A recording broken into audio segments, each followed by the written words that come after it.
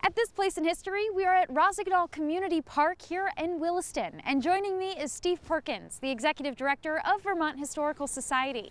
Steve, talk to me about this park and why it's important. Well, all parks are important, right? I mean, this is a great place. The town of Williston, there's tennis courts and baseball fields.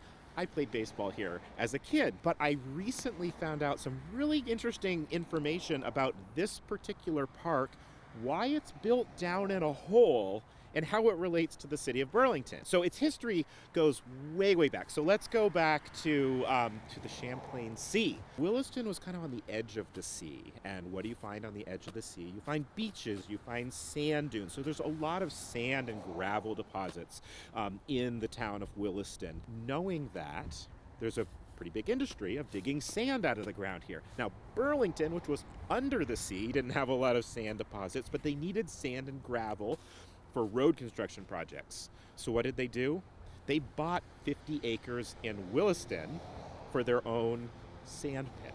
And that's what we're looking at right now is a sand pit created by the city of Burlington as they dug this material out of the ground to build their roads. They also decided that this area would be the municipal forest for the city of Burlington, and they planted trees that could both be used recreationally but also cut down as a crop and sent to a lumber mill.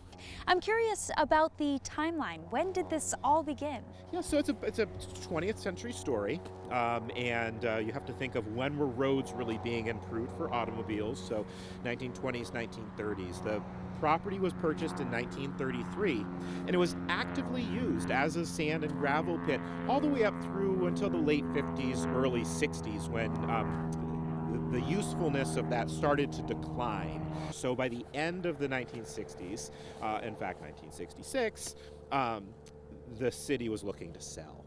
And so they sold it to the Greater Burlington Industrial Corporation, which then sold the property to the Rossignol Ski Company. Many of us in Vermont know them. They make great downhill skis and cross-country skis, but Rossignol installed the park, hence the name Rossignol Community Park.